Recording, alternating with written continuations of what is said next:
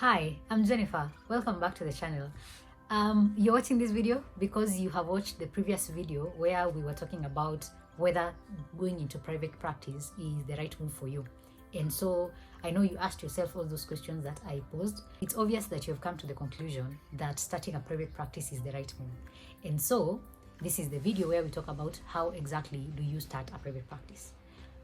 It is my firm belief that anybody who's practicing as a therapist in this country needs to be registered with a counseling body, of whether KPA or KCPA or whichever body is out there. You need to be registered with something. What I think you should do as you start your private practice is, first of all, to have a very crystal clear idea of what exactly you want to do. What kind of clients do you want to be seeing? Well, that includes demographics. What ages will you be seeing? Will you be seeing kids under 18s, over 18s? Will you be working with teenagers only? Will you be working with teenagers and children? Will you be working with young adults, college-going students? Will you be working with couples? Are you doing marriage and family therapy? What exactly are you going to be doing in this private practice? Which clients will you be serving? The reason you need to know which clients you're serving is, if you don't know who you're serving, then you will not know what to focus on. You won't know how to do your marketing. You won't know where to start when it comes to finding clients. So you need to have a crystal clear idea of who you want to serve on a day-to-day basis, so that you can customize your practice to fit them. Remember, clients don't care about what you want. Clients want to get a therapist who helps them deal with the problems they're having. So it's not about whether you have a fancy office or whether you operate from a posh environment, whether your office is in a posh area. That is not the main concern that a client has. The main concern a client has is, can this therapist help me deal with the problems that I have? And so knowing which clients you serve will help you know how to customize your treatments to them, know how to create an environment for them. If you're going to be dealing with children, you're going to need a different office setup from if you're dealing with adults. It's going to look different. You will need different things. You will need playthings for children, and that requires you to spend money differently than somebody who is not catering to children. So that's why you need to know exactly who you're going to be serving. Have a very clear idea of which clients am I going to be serving. And other than knowing what demographics of clients you're going to be working with, what age groups and gender and all those things you're going to be working with, it's also important to know what kind of mental illnesses you're going to be treating. And the reason that, again, is important is because if you don't know who you're treating, you don't know how to customize your work to them.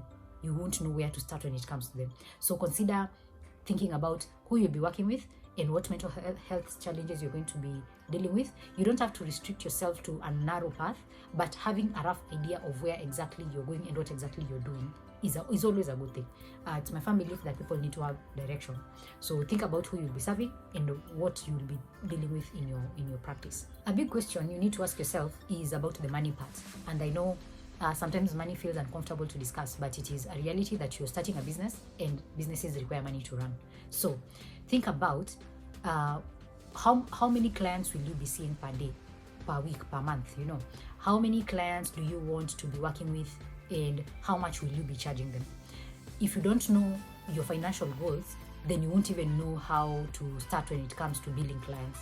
So for example, what I've seen some people do is they decide that they want to have 50,000 at the end of the month. That is the income they want to make. At the end of the month, I want to have 50,000 in my account. So 50,000 means that you have to decide that 50,000. How do you want to earn that 50,000?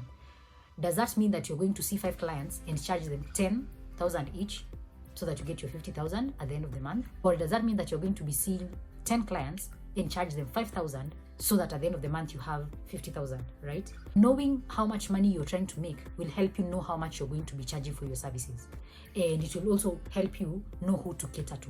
So remember, you can't tell a college-going student who is depending on help to come and pay you 5,000 shillings for a session. That is unrealistic and it's absurd and it's wrong.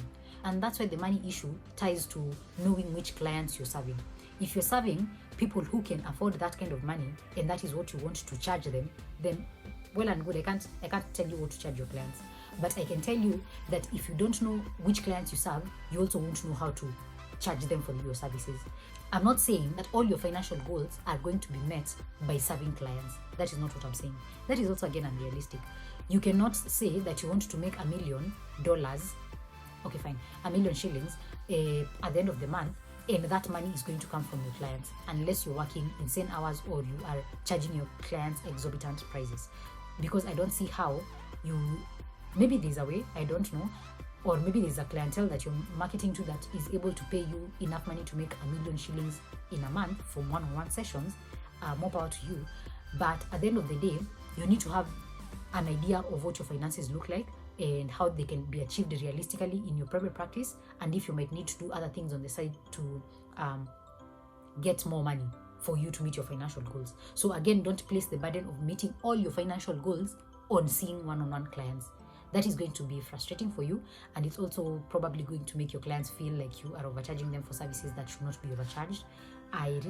That's something that you need to think about so that you have a clear idea. I think I've spoken about this point too long. Let me move on. You need to decide if you are going to be seeing your clients in person, or you're going to do virtual sessions, or you're going to do both.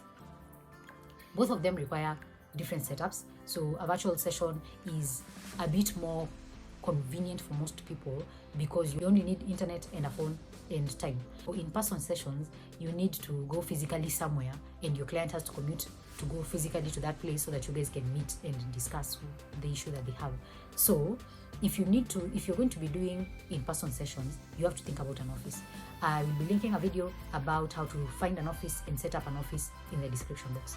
I will also be linking a video on how to set up your virtual sessions if you're going to be doing virtual sessions only. So watch out for those two. Now that you've set up all those things that I've discussed in the beginning, you now have to find a name for your business, because you've already thought about the business idea that you have and where you want to set it up and what you want to be doing in that business, who you want to be seeing as a client, what mental health services you're going to be offering.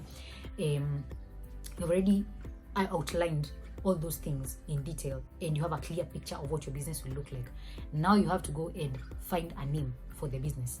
You can't not have a name. That's pretty obvious. And again, I will be linking a video in the description box where I will help you know how to find a name and what to do after you've found a name. That is all in the video that is in the description box about how to name your private practice. So go check that out.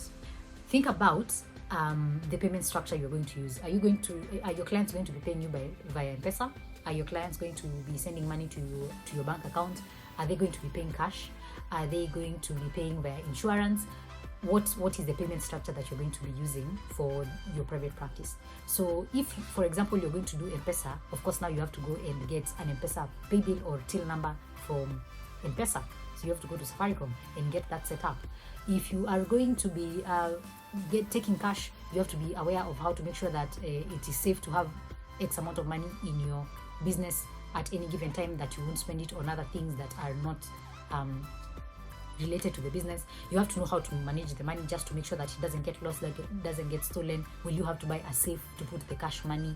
You have to decide that. So think about the payment structure. Think about if they're going to be paying, for example, using insurance, then you have to find out what it takes to get into an insurance panel. And you have to know which insurance panels you're going to join. You have to know how much the payout, what the billing process looks like. You have to know how much you're going to be getting when your clients pay via insurance. So that requires another setup, and maybe we can discuss that in a future video if you're interested. And yeah, think about the payment structure that you're going to use when you are setting up your business, so that your clients don't struggle when they're paying you, and so that you also don't find it difficult during the payment process to have to follow up with clients all the time. You have to think about, do they pay for sessions before they start the session? Do they pay after the session is over? Do they pay a lump sum and then you see them for the sessions? You're the one to decide. Nobody can make that decision for you. So think about the payment structure and what you want your business to look like when it comes to charges and all those things. Last, again, but definitely not least, is that you have to get a KRA PIN and you have to get a bank account for your business. Go to eCitizen and log into the portal and go get the requirements that you need for you to set up a business in Kenya.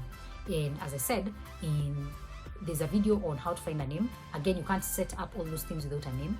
So I will the video on the name check and how to find a name and how to register the name.